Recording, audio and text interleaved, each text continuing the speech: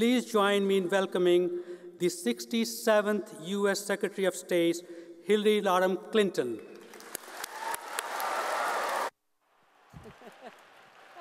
Thank you, President. Thank you so much. I really appreciate it. Thank you, Lyle. Nice job. Hello.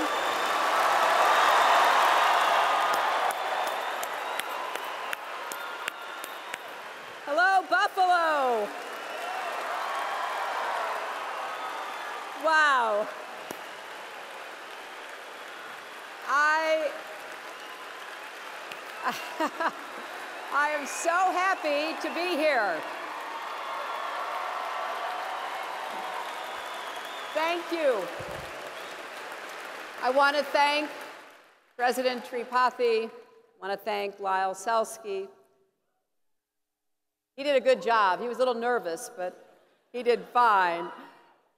And I want to thank the president and the team here at the university, Dennis Black and everyone who has worked so hard to organize tonight's event. I was looking at all the faces flashing on the video screen of past speakers, and this is a great opportunity for the university and the community to hear from a wide variety of people. I was reminded backstage that my husband was here 10 years ago, so I am delighted. I am delighted to be part of this Distinguished Speakers Series, but I'm especially pleased to be back in Western New York. I was trying to count up how many visits I made, and I quit at 52 visits to Buffalo when I was senator, and I was so fortunate to make a great many friends. I was able to see a few of them before, and I'm looking out at the audience, and I see some here as well, including the mayor of Buffalo, Mayor Brown, with whom I worked, and Assemblywoman Crystal Peoples-Stokes, Assemblyman Sean Ryan, Senator Michael Ratzenhofer, Senator Tim Kennedy. I know that Congressman Brian Higgins couldn't be here because he's working so hard for you in Washington. And I also worked closely with two former members of Congress, John LaFalce and Tom Reynolds, both of whom were great partners in the work that we did on your behalf. You know, during those 8 years in the Senate, I learned that Western New York was home to some of the hardest working, most generous, most innovative people you could meet anywhere, and that this university community is at the heart of what makes Buffalo both good and great. In fact, some of you may remember during my campaign, we actually did a town hall meeting live on CNN, moderated by Wolf Blitzer, right here at the university, and I was able to tell whoever watched CNN that night about all of the amazing accomplishments of the faculty and students of this university. It made me proud just talking about it, and knowing that the students here are learning the skills that will shape and power our economy for years to come, that the researchers here are expanding the boundaries of human knowledge and spinning off technologies and businesses that are changing life and work here in Western New York and far beyond the borders. The diverse community that is represented here brings both Buffalo to the world and the world to Buffalo. In fact, more than 5,000 students from 115 countries, more than I visited when I was Secretary of State, study here each year, putting Buffalo at the top of large public research universities. And another statistic, which I like because I know what a difference it makes as we try to understand and work and compete in the global economy, nearly 11% of Buffalo students study abroad. That's 5 times the national average. And of course, the president and so many of the faculty bring unique perspectives and a set of experiences that are helping give this university a truly global reach. Now, I say all of that not only because I'm so pleased to be back, but because I've been watching Buffalo very closely, even when I was traveling around the world. I remember during my campaign, I stayed at a hotel when I would come into town. I stayed at the same place over and over again, and there was a woman who I got to see as I was coming and going, who was one of the housekeepers. And toward the end of the campaign, she asked if she could see me, and she came in and she held out one of those little snow globes. It was very small, and inside of it was a buffalo. She said, "Mrs. Clinton, don't forget Buffalo." And I have taken that snow globe, and I had it in my office in the Senate. I had it in my office in the Secretary of State, at the State Department, and I have it now in my home. Because I firmly believe that with the hard work, the creativity, and cooperation that we're now seeing in this community and across the region, Buffalo and Niagara Falls and Western New York are positioned to succeed in a world that is increasingly interconnected and interdependent, with a fast-moving global economy that rewards creativity, risk-taking, innovation, and partnership. Now, as Secretary of State, I had the privilege of representing all of you and our country across the globe, and one observation that I made over and over again, it was very clear to me, that the future will belong to those countries, communities, and individuals who are looking forward over the horizon rather than backwards to the past, who are making choices and investments for tomorrow as well as today. And this is not just about what government does, although that is very important. It's about what businesses and universities and schools and communities and citizens do, and understanding the responsibilities that we all share. Here in Buffalo, we've seen some great examples of what it means to focus on the future. From the 1,800 students who devoted more than 50,000 hours to community service last year, to the long-term vision of UB 2020, which is charting a course of smart, sustainable development for the university and the larger community. As a senator, I was very proud to be part of a team that helped secure more than $30 million in funding for expanding the medical campus downtown, which is bringing life and all kinds of good jobs back to downtown Buffalo, and is helping to fulfill the vision we had of making Buffalo a hub of high-tech innovation and research. And I was very delighted to hear the president say that the university broke ground just last week for the new School of Medicine and Biomedical Sciences. Your new high-tech entrepreneurship opportunity program is helping to incubate new businesses and create jobs. And efforts like this will help reverse the brain drain and make Western New York a place where young people want to stay, to work, and to live. Now, across Buffalo, we're seeing seeds that were planted over the last decade, and they're starting to bear fruit. I remember when I worked with Congressman Higgins and former Mayor Masiello to secure federal funding and clear away the red tape so that Buffalo could begin revitalizing the waterfront. And I have to say, it's really looking good on the waterfront, taking advantage of that unique location. Now, one of my favorite projects is called Art Space.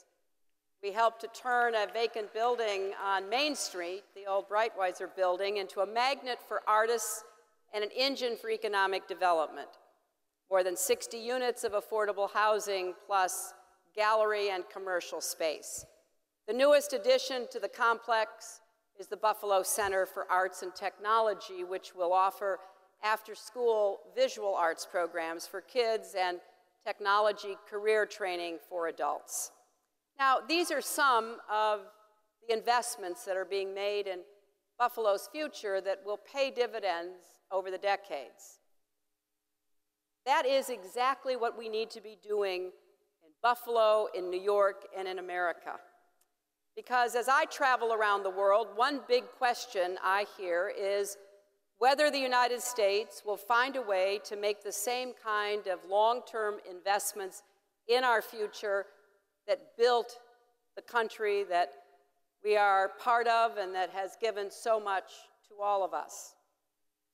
The United States focusing on the future means taking on some big, complex challenges, trying to deal with political gridlock, trying to create more growth and good jobs for hardworking Americans, trying to define global leadership for the 21st century. Now, recently in Washington, we've seen what happens when politicians choose scorched earth over common ground, when they operate in what I like to call an evidence-free zone, with ideology trumping everything else. And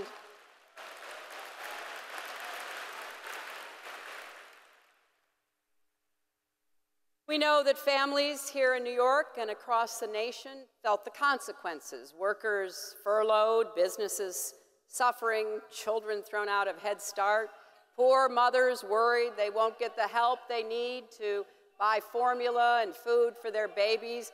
You know, too often we're not coming together to solve our problems and plan for the future the way people in Buffalo have been doing. Buffalo's a good model for the rest of the country, because we can't move from crisis to crisis.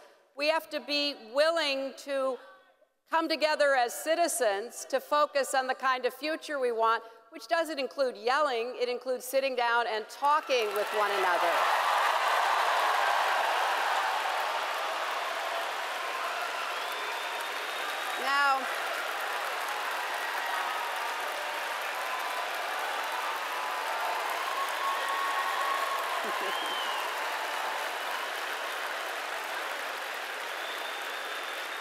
Now,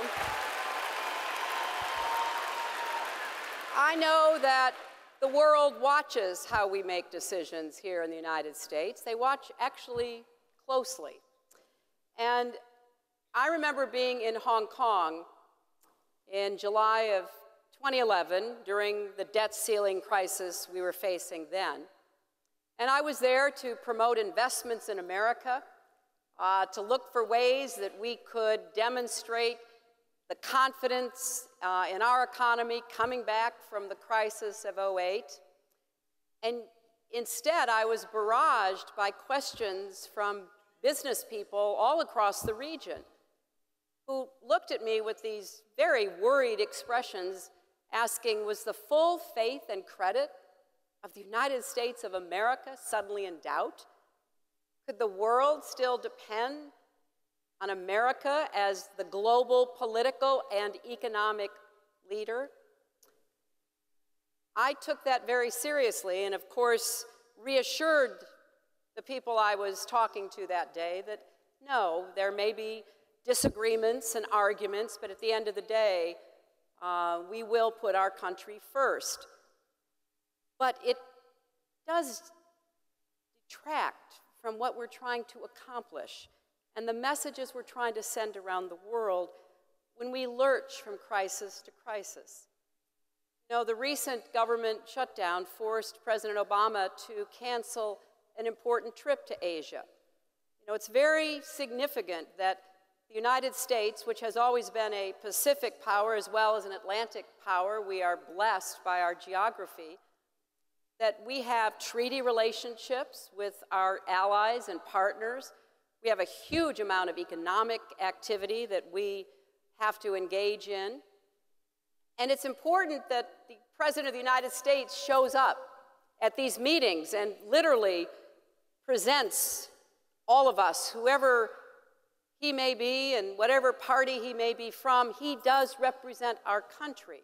Well, he couldn't go because we were locked in a self-inflicted wound that we were trying to work our way through. The Chinese president, Xi Jinping, showed up. The Russian president, Vladimir Putin, showed up.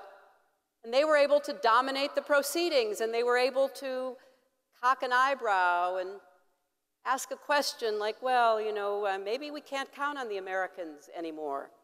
Maybe it's time to, in the words of one Chinese official, de-Americanize the world. Maybe even we should start thinking about a different reserve currency than the American dollar. Now, all of those are troubling questions about our future, and it's not just about a meeting in Asia, it's about what we will be able to accomplish and build right here at home. And it doesn't have to be this way. I remember in the 90s, during the last shutdown that occurred when Bill was president, and the then Speaker of the House, a conservative Republican for sure, Newt Gingrich, would spend most of the day saying all kinds of terrible things about Bill and occasionally me on TV. But then that night he would show up at the White House around 9 o'clock, and he and Bill would talk about how to come to some resolution. Bill would say, you know, you've got to open the government and then we can negotiate. And that is eventually what happened, similar to what happened this time. And when they finally struck a deal, of course, neither side got everything they wanted. In a democracy, that rarely happens. Compromise is part of the deal. But they balanced the budget, they grew the economy, and they enabled our country to get on solid ground for the future. Now, in our finest moments, when we put the common good ahead of personal or political interests, there's no doubt we achieve great things. We provide a model of democracy and a free market economy that inspires people everywhere. I remember being in Burma, now known as Myanmar. We were working to open that country up after decades of being shut down and military dictatorship. I had the great honor of visiting the Nobel Peace Prize winner Aung San Suu Kyi and spending hours talking with her. And then I went to the new capital, a place called Naypyidaw, and met with the new president, a former general. Met with the leaders of their parliament, former generals. But they were trying to understand what democracy meant. And the Speaker of the lower house said to me, "We have been studying your country. We're trying to understand how to run a parliament." And I responded, "Well, have you been having seminars or workshops? Do you need experts to come and work with you?" He goes, "Oh, no, we've been watching The West Wing. And we have to remember, we export a lot of things that people pay attention to." When I became Secretary of State, the most common question, among the first questions I was asked at my first trip to Asia and all over the world, was how can you possibly work with President Obama after the two of you fought so hard in that campaign in the primaries in 2008? People were genuinely amazed, which I suppose is understandable after all, considering that in many places, when you lose an election, you can be imprisoned or exiled, even killed, not hired as Secretary of State. And it's true, I was surprised when the president asked me to serve, but he made the offer, and after consideration, I accepted it. And I told people from Southeast Asia to Eastern Europe that he offered and I accepted because we both love our country, and we both wanted to serve. That in and of itself, the peaceful transition of government, the continuity of our democracy, finding that balance between strongly held opinions across the political spectrum. It's really enabled us over the years to have the longest continuing democracy. But we've also been problem solvers. During the Civil War, Abraham Lincoln, trying to keep a country together, was thinking about land-grant colleges and transatlantic railways. We do think about the future. That's marked us as Americans. And I hope we can get back to problem solving. And at the top of the list is creating jobs and growing our economy. As you know, Western New York has started to recover from the worst of the recession. Unemployment in the Buffalo, Niagara Falls area is down from 8.7% to around 7.4%. Nearly 17,000 jobs have come back. The development downtown, as we discussed, is really on track. It should help even more over the next 2 years. There are reports of a new 350,000 square foot steel plant coming to the area. Yahoo is expanding in Lockport. The Western New York Science, Technology, and Advanced Manufacturing Park is moving forward in Genesee County. So there are reasons, there's evidence to be hopeful. But we also have to acknowledge that here in Buffalo and across Western New York, indeed across our country, we see the effects, the painful effects of long-term economic dislocation. Good jobs with rising incomes, middle-class living standards are still hard to find. Wages have stagnated. The productivity of our workers has gone up year after year, but their incomes have not. And unemployment is twice as high for young people as the rest of the population. And very sadly, in the shadows of all that development downtown, nearly half the children in Buffalo live in poverty. That's the third highest percentage of any city in America. Buffalo is hardly alone. More than 16 million American children today are growing up in poor families, the most since the early 1990s. 22 million children rely on food stamps. Nearly 6 million young people are out of work and out of school.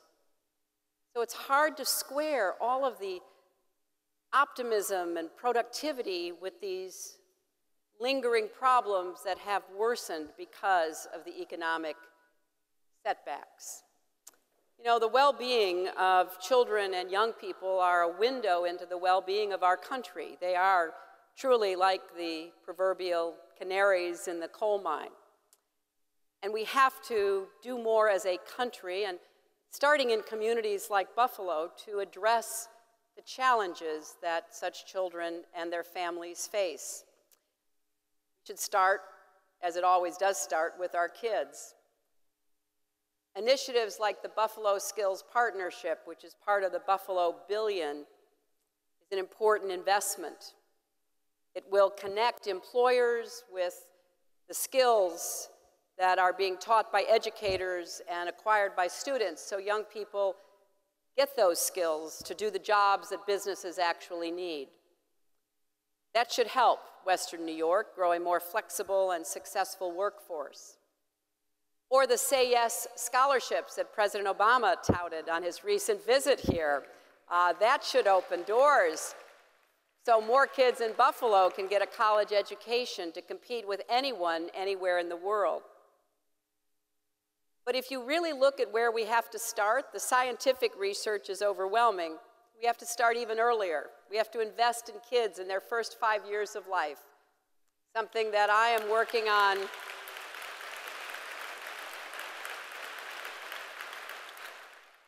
with my husband and daughter at the Clinton Foundation through a campaign called Too Small to Fail. Because every child deserves a chance to succeed, but we now know from brain science that too many children, particularly in low-income families that are stressed out, are not getting the support and opportunities they need to thrive in school. And those disparities in early childhood development reflect the growing inequality in our society, and they're causing the gaps to grow even wider.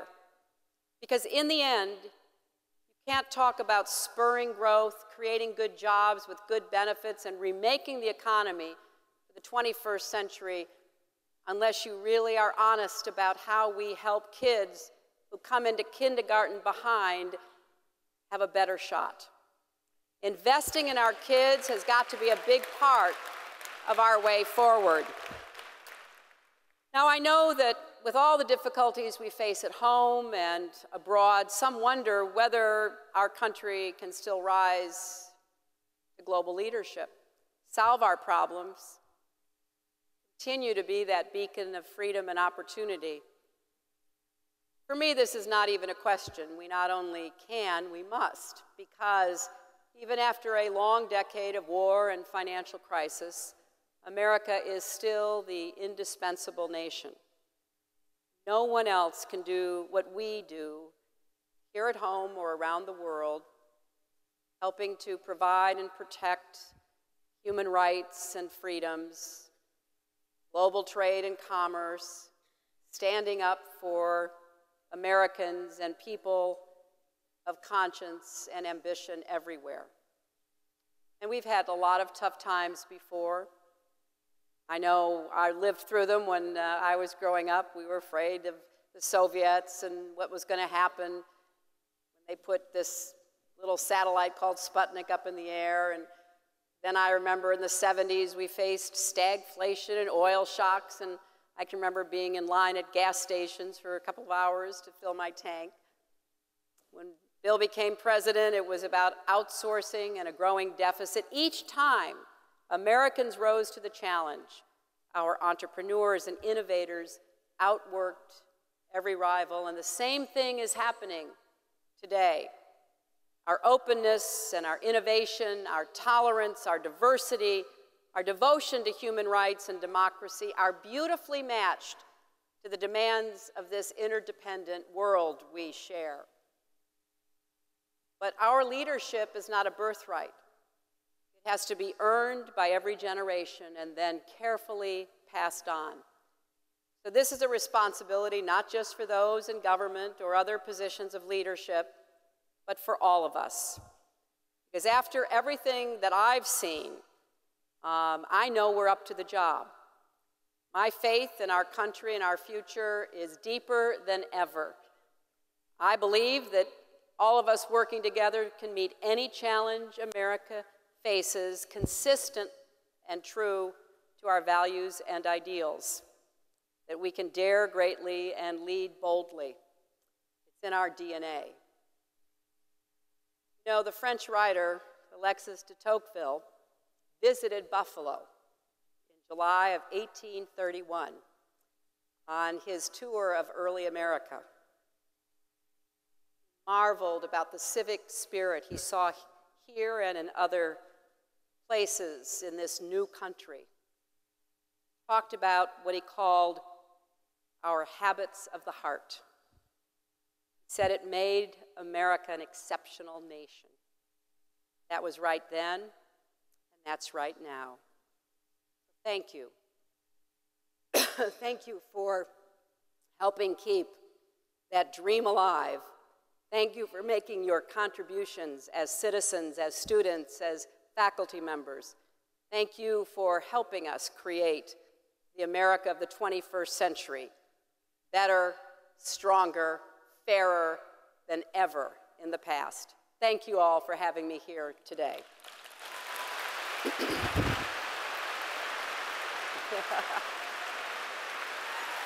you.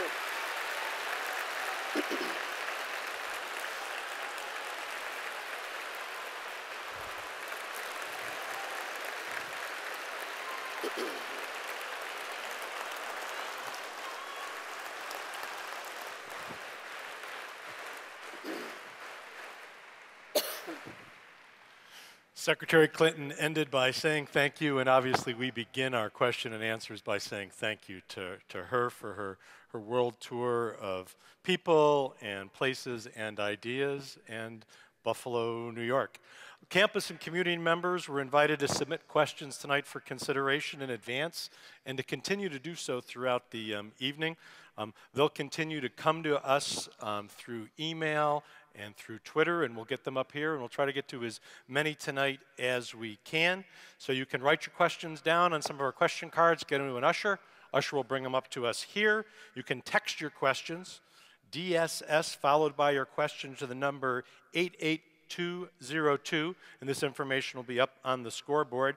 Or tonight, for the first time, you can tweet us, UBDSS hashtag Clinton at UB. Oh, you liked that one. All right, well, UBDSS hashtag Clinton at UB. We'll get to as many questions as we can tonight. We had some questions submitted earlier by some of the students who are here with us in the hall, and we'll try to recognize them as the night goes on. Already it's very clear that we've got a lot of questions. They come to us from a variety of perspectives, cover a wide range of issues. I'm Dennis Black, University Vice President for University Life and Services. Let's get started. Our first question tonight comes from one of our students who's here with us tonight, Sarah Tanbakuchi. She's a joint JD MBA candidate, and she's been reading the paper recently, as many of us have. And she's noted that a few of the major media outlets discussed the key role that women senators played in ending the recent federal shutdown.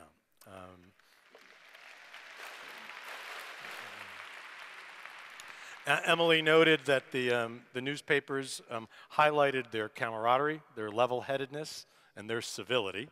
And she's asking, how can those female leaders encourage others to be more cooperative and to work across gender and party lines?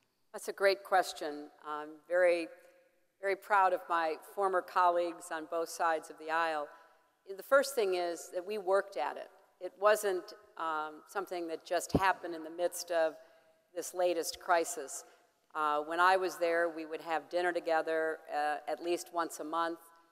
We would celebrate special occasions together. I remember when my colleague, Kay Bailey Hutchison, the Republican senator from Texas, adopted her children. I had a dinner for her at my home. We really worked on spending time with each other, kind of cutting through all of the rhetoric and the smoke and fire of partisanship to get to know each other as people. And because of that, we were somewhat unique because the schedule in Washington doesn't easily provide for those opportunities, so you really do have to make them happen.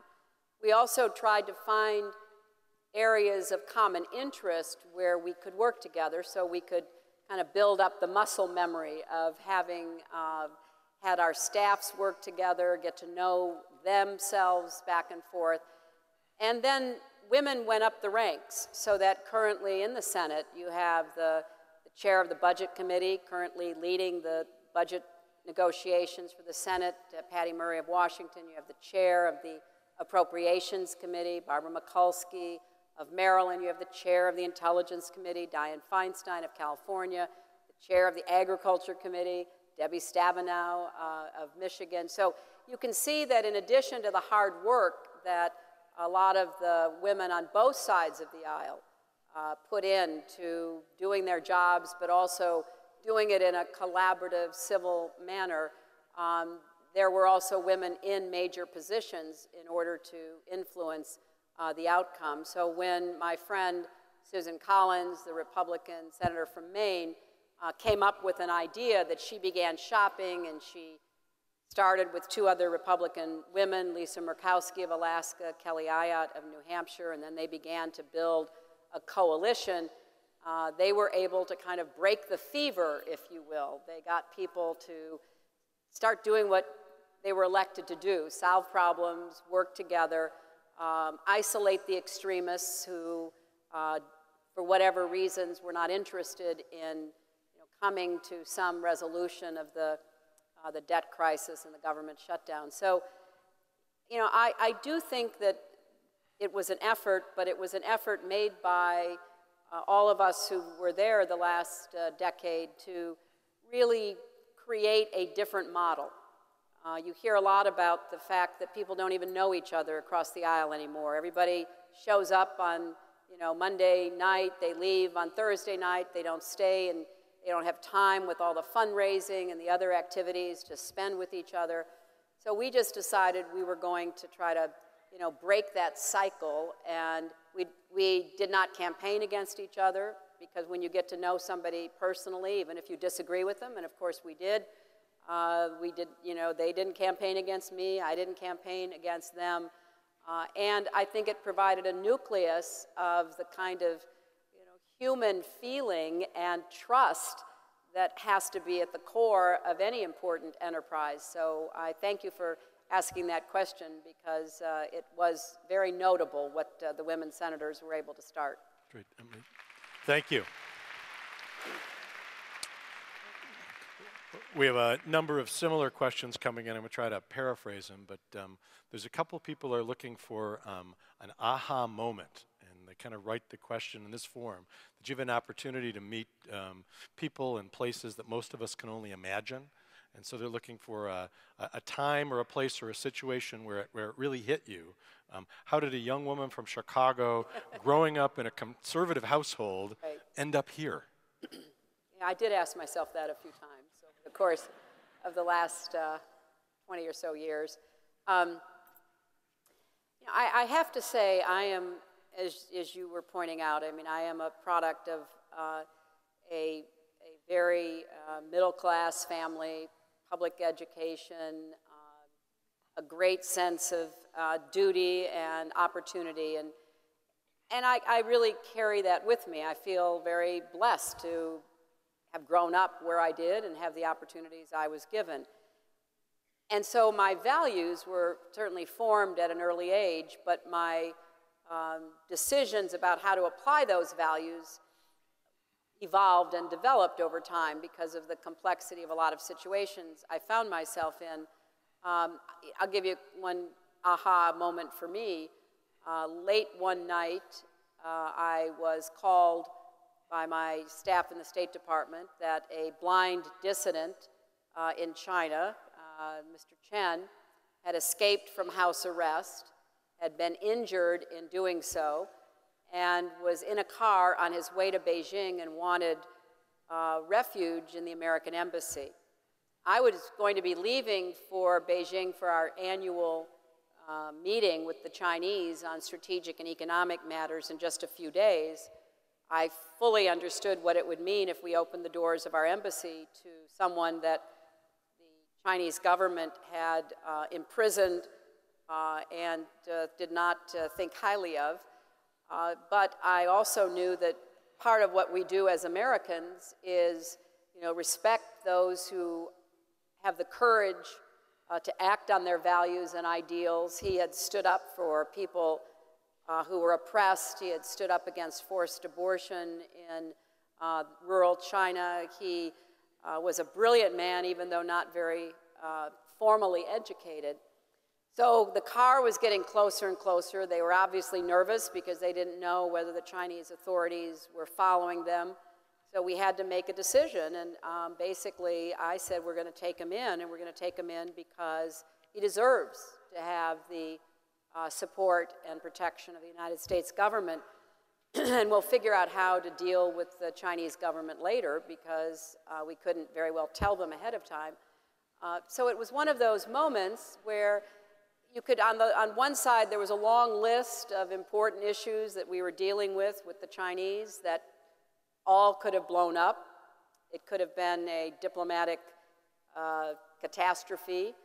On the other side was one man who had dared to speak up for what are universal values.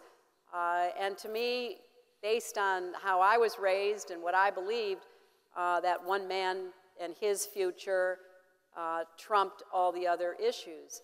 And I also believed, too, that we could, you know, that we could explain this to the Chinese government because I had spent a lot of time building relationships. You know, you don't just walk into someone's office and say, well, I'm from America and here's what we want you to do. Just like in Congress, you don't walk into a press conference and say, you know, I'm the senator from X and here's what I think the country should do. You know, that's a little off-putting. You've got to get to know people. You have to build relationships. You've got to look them in the eye. You've got to understand what they are trying to achieve and how you can achieve your interests and protect your values.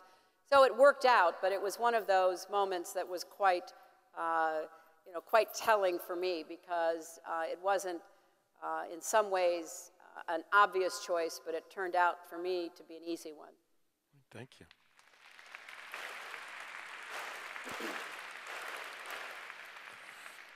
Emily Scripps, one of our university students in media studies, is going to ask you to tell a story.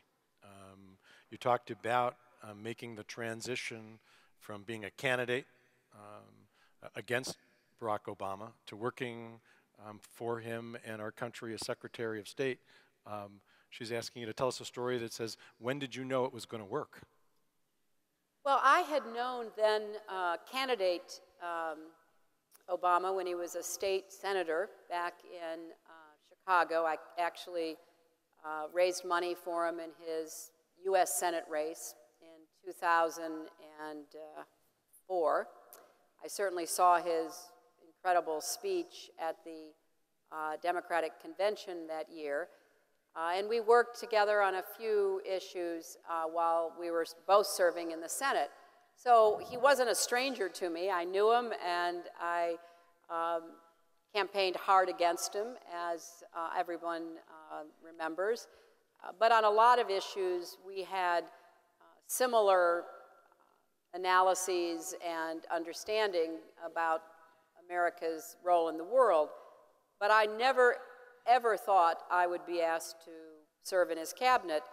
When I withdrew from the campaign in June of 2008, I met with him and talked about how we could work together in the campaign and talked through some of the issues that were lingering from the campaign and some of the problems on both sides because of the hard-fought nature of the campaign.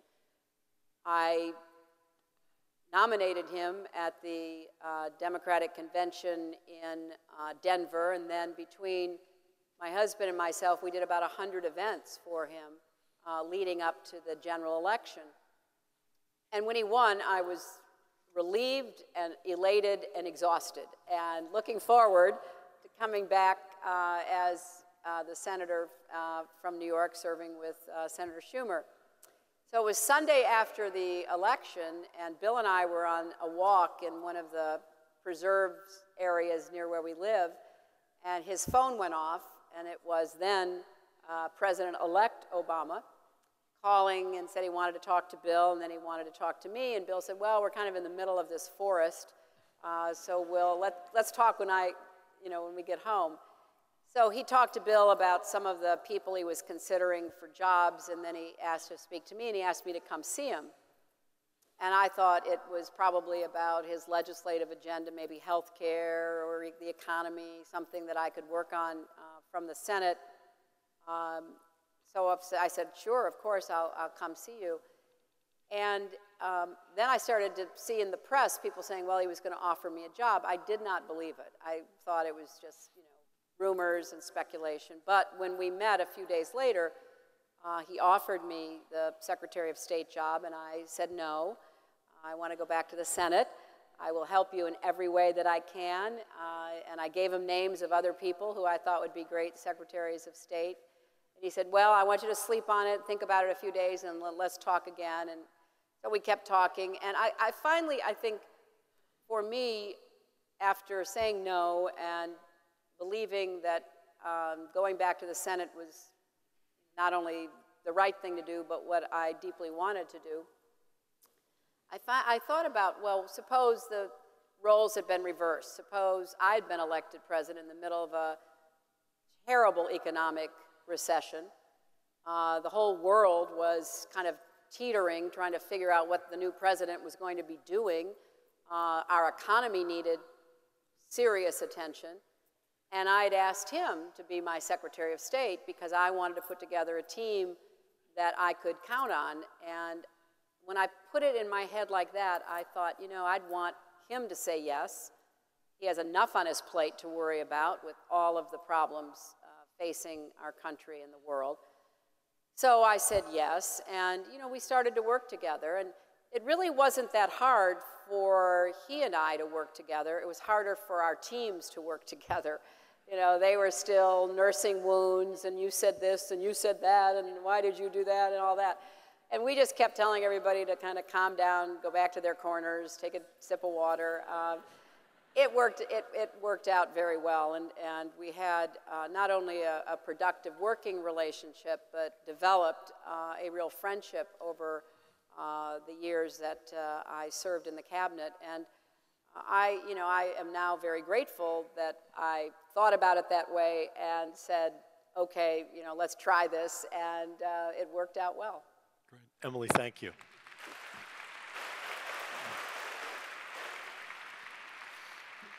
We have a large number of questions coming in that don't deal with domestic issues or international issues. They deal with another question, and they're probably coming from mothers who have daughters. Apparently we have a lot of you here tonight. And they're Chelsea related. And they, I guess the best way I can summarize them is they're two-pronged. What do you think is next for her in her career, and when will you be a grandmother? The safest answer to both of those is I don't know. I obviously am very proud of our daughter and really appreciate the kind of person that she is and the work that she does. But I just want her to be happy. I just want her to feel fulfilled and have a sense of purpose in life. And you know, obviously, whatever comes for her, I will be supportive of. I have said before, I would say again, you know, I would love to be a grandmother, but no pressure, no pressure. But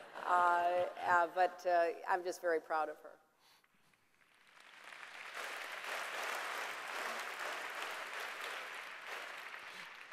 We are live streaming tonight through the internet, so if she's watching tonight, the quote here was, "No pressure, no pressure, no pressure." A lot of questions tonight dealing with your role as a passionate advocate for girls' education here and around the world. There's a group here with us tonight working on women's leadership and education in Tanzania. People are curious as to specifically what in your life has made that be such a driving issue for you. I've thought a lot about this because I think there were several factors. One, as I said, I had a very pro-education family, both my mother and my father. My mother never got a chance to go to college, so she was particularly dedicated to supporting myself and my brothers in education. And so it just became a passion that she passed on. And I had really superb public school teachers who showed me what good education was. I mean, the combination of challenging and supporting, of nurturing and demanding, it was a great opportunity for me that I am forever grateful for. And then as I began to learn more about situations that afflicted girls and women in so many parts of the world, it really sparked a passionate concern on my part because it's fundamentally unfair if girls are denied education, health care, the opportunity to pursue their own dreams and God-given potential. But it's also really counterproductive. We now know that where girls and women are oppressed, denied education, denied access to the labor market, countries don't succeed to the extent that they could. We know that even in our own country, with the remaining barriers of attitude and some lingering discrimination, we are leaving money on the table in terms of our GDP because we're not making the most out of every person. But that's even more true in other countries. One of the reasons the new Prime Minister of Japan, Prime Minister Abe, is promoting women in the workforce is because every study has showed that if the Japanese open their labor force to educated Japanese women, they can grow their GDP by as much as 16%. So when we're talking about growth and jobs and creating more opportunity and income around the world to deal with the global recession, and you leave half the population either completely or partially out, you know, that is a silly mistake that you're going to pay for in so many different ways. And, you know, when I went to Beijing representing our country to the UN Women's Conference back in 1995, there were 189 countries there. I stated the obvious, that women's rights are human rights and human rights are women's rights, and it was viewed as a tidal wave of change. And what I'm doing now at the foundation is trying to measure what we've actually achieved in the last 20 years, so that by the time the 20th anniversary comes around, we can, working with the UN, the World Bank, the International Monetary Fund, all these groups that collect statistics, academic institutions, and scholars, we can really take stock, because we've made an enormous amount of progress in many parts of the world, but there are still big gaps. And we've closed the education gap to some extent because of the Millennium Development Goal. But it's really closed more in primary education in many poor countries, not in secondary high school education, not in university education. So we want to get a good benchmarking of where we are, and then continue to persuade governments and businesses, other institutions, to open their doors so that girls and women have equal opportunity. And you know, finally, I would say that as I traveled around the world, I raised this everywhere, because I would be mostly in meetings where the other side of the table was all male, with possibly the exception of a woman translator in many parts of the world. And so I would always raise the status of women and girls in a particular country and point out some of the potential that the country could achieve by doing more to empower their girls and women. And toward the end of my time as Secretary of State, I saw that they would include women in the meetings, and it was sort of touching when I was in Burma for my first meeting with the then former general, now foreign minister. He was a very smiley man, and he goes, "Oh, I want to tell you, we will have 2 women at the meeting."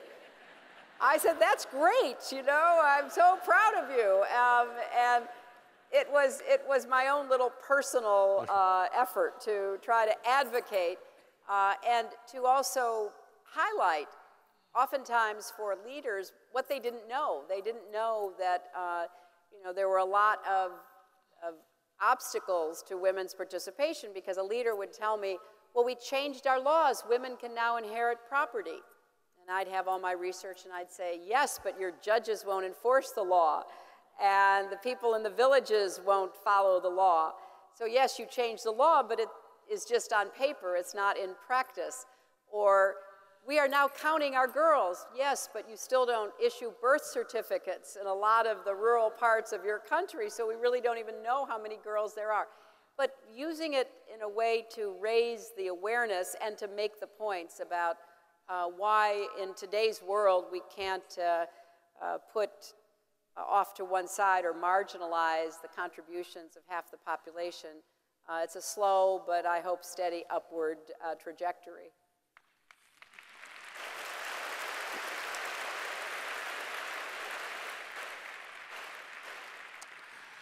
We unfortunately only have time for another question, but before we do that, I'd like to invite everybody to come back and join us November 13th, we'll be joined by best-selling author Malcolm Gladwell. His book, The Tipping Point, was our UB Reads selection. His new book, called David and Goliath, explores the notion of underdogs. Perhaps that's something that people interested in the presidency in 2016 are feeling tonight.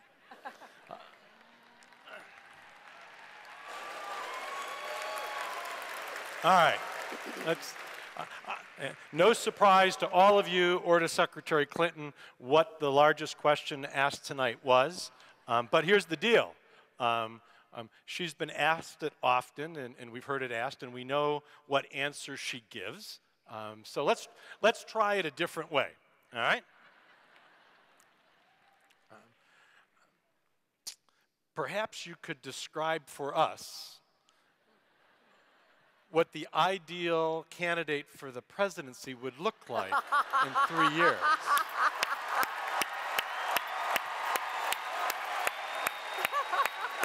Best I could do. Well,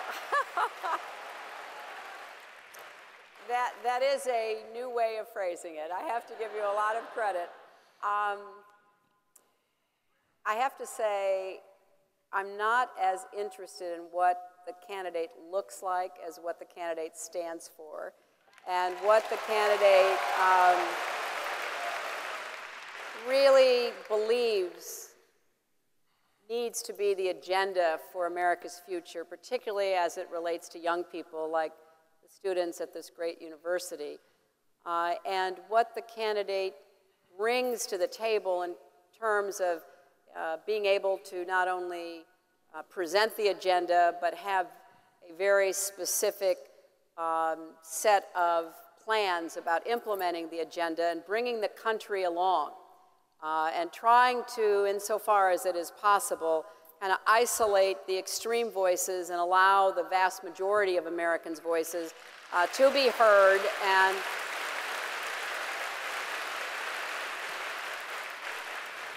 you know, as I said in my remarks, I am by nature optimistic and confident about our country, but it does every so often strike me that Winston Churchill was right when he famously said, "The Americans get around to doing the right thing after trying nearly everything else." The problem is that in the world in which we now live, time and distance have shrunk. You know, you talked about the Twitter account for asking questions. We don't have as much time or the luxury of kind of slowly but surely moving forward, because there are other decision makers in the world today that are quite anxious to take control over, or at least influence, a lot of what is meaningful to us, particularly the economy, but other important issues. Talk about girls and women. You can talk about, you know, technology. There's going to be a big, important struggle over the internet, whether it will remain free or not, because there's a growing coalition of countries that want to clamp down on it to prevent dissent, to control what their people can hear or communicate about. We have a lot of big issues. So we need to get back to doing what we do best, which is rolling up our sleeves, getting to work, and laying the foundation for American leadership, first and foremost at home, and then around the world for, you know, decades to come.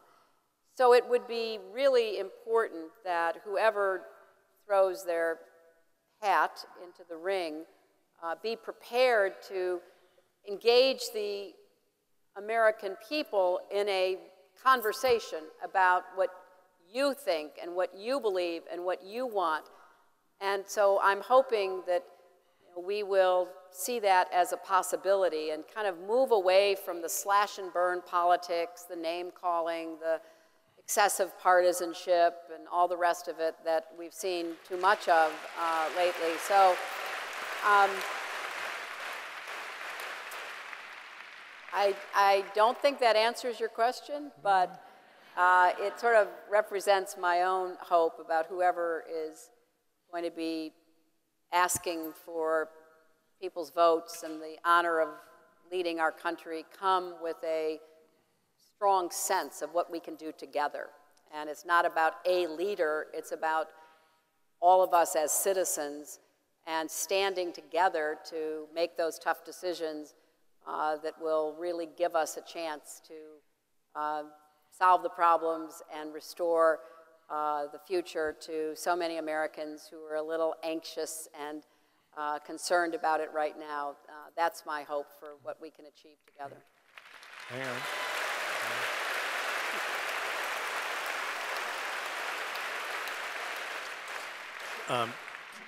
Three quick thoughts before we go. Obviously, we want to thank Secretary Clinton for her service. We want to thank her for sharing with us tonight and this weekend. We want to say to her, happy birthday. Oh, thank you very much. Thank you. Thank you. That was great. Thanks so much. Thank you. Thank you. Thank you all. Thank you. Thank you very much. Thank you all.